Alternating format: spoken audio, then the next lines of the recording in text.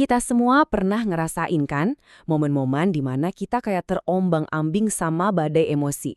Nah, kali ini kita bakal ngebahas sebuah panduan, semacam mercusuar gitu, yang dirancang buat bantu kita ngelewatin masa-masa paling sulit. Yuk, kita mulai. Kutipan ini langsung to the point banget. Ini bukan sekedar nasihat pasif buat ya udah tunggu aja badainya reda. Bukan. Ini tuh sebuah uluran tangan yang seolah-olah bilang, "Hei, kamu nggak sendirian. Ayo kita hadapi bareng-bareng." Oke, langkah pertama kita harus jujur dulu sama diri sendiri.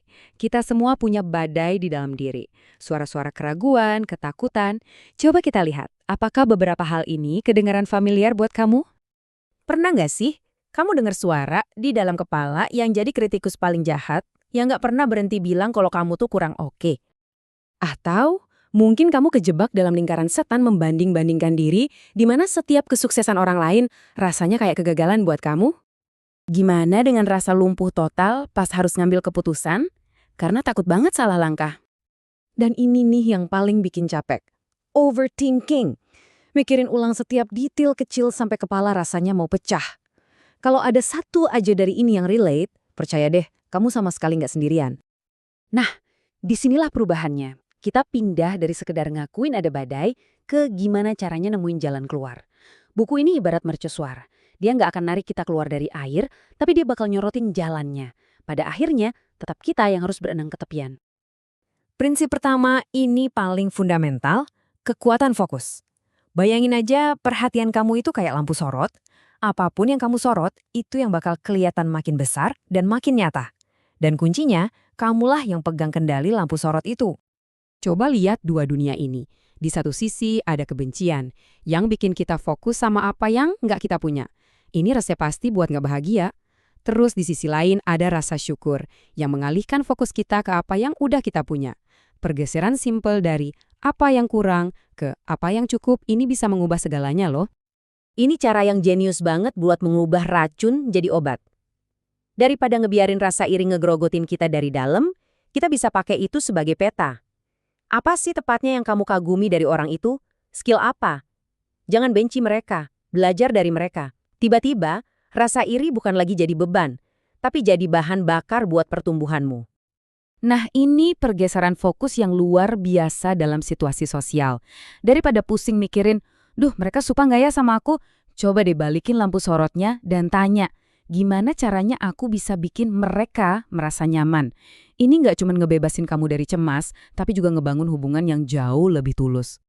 Oke, setelah kita berhasil mengalihkan fokus, langkah selanjutnya adalah bergerak. Prinsip kedua ini benar-benar membalikan logika umum. Kita sering mikir kita butuh pede dulu baru bisa bertindak.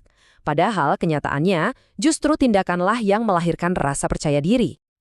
Aku suka banget sama kutipan ini. Seberapa sering kita bilang, nanti deh aku lakuin kalau udah lebih pede. Ternyata kita salah kaprah. Percaya diri itu bukan syarat buat mulai. Dia itu hadiah dari keberanian kita buat mulai jalan duluan. Oke, ayo kita coba latihan ini sekarang. Coba bayangin, besok kamu bangun pagi dengan rasa percaya diri yang penuh. Apa satu hal spesifik yang bakal kamu lakukan? Bukan rasakan ya, tapi lakukan. Mungkin ngomong di rapat, atau ngirim pesan itu. Nah, dari daftar itu, ambil tindakan yang paling kecil, yang paling gak nakutin, dan lakuin hari ini. Gitu cara kerjanya, selangkah demi selangkah. Bagian paling susah itu selalu pas mau mulai. Ini kayak hukum fisika dasar aja. Gesekan di awal itu yang paling berat. Tapi begitu kamu berhasil ngasih dorongan pertama, momentum mulai bekerja buat kamu. Setiap tindakan kecil bikin tindakan berikutnya jadi sedikit lebih gampang. Dan prinsip terakhir ini yang paling memberdayakan. Kita nggak bisa ngontrol perasaan yang tiba-tiba muncul atau kejadian yang menimpa kita. Tapi ada satu ruang di mana kita punya kuasa penuh, yaitu dalam memilih respons kita. Ini jebakan pikiran yang umum banget. Kita menyamakan perasaan dengan kenyataan. Aku merasa kayak orang gagal, jadi aku pasti orang gagal. Sadar akan hal ini aja udah jadi langkah pertama buat bebas. Ingat kalimat ini, perasaan bukanlah fakta. Saat menghadapi tekanan, kita punya dua pilihan. Apakah otak kita teriak bahaya dan langsung masuk mode bertahan hidup? Itu pola pikir ancaman. Atau, bisakah kita ngelihatnya sebagai sebuah tantangan, sebuah teka-teki yang harus dipecahin? Nah, itu pola pikir tantangan. Pergeseran dari bertahan ke bertumbuh, ini efeknya besar banget. Anggap aja emosi kayak kemarahan itu alarm asap. Dia cuma ngasih tahu kita buat waspada. Tapi tugas kita adalah nyari tahu, ini beneran kebakaran atau cuma roti gosong. Jangan langsung panik, selidiki dulu. Jadi, kita udah ngelewatin perjalanan dari ngakuin adanya badai, sampai akhirnya paham kalau kita punya kendali buat menavigasinya. Kita udah punya alat-alatnya sekarang. Jadi, ini dia intinya. Kunci buat mengarungi perairan yang lebih tenang ada di 3 hal ini. Belajar buat mengalihkan fokus dari yang merusak ke yang membangun.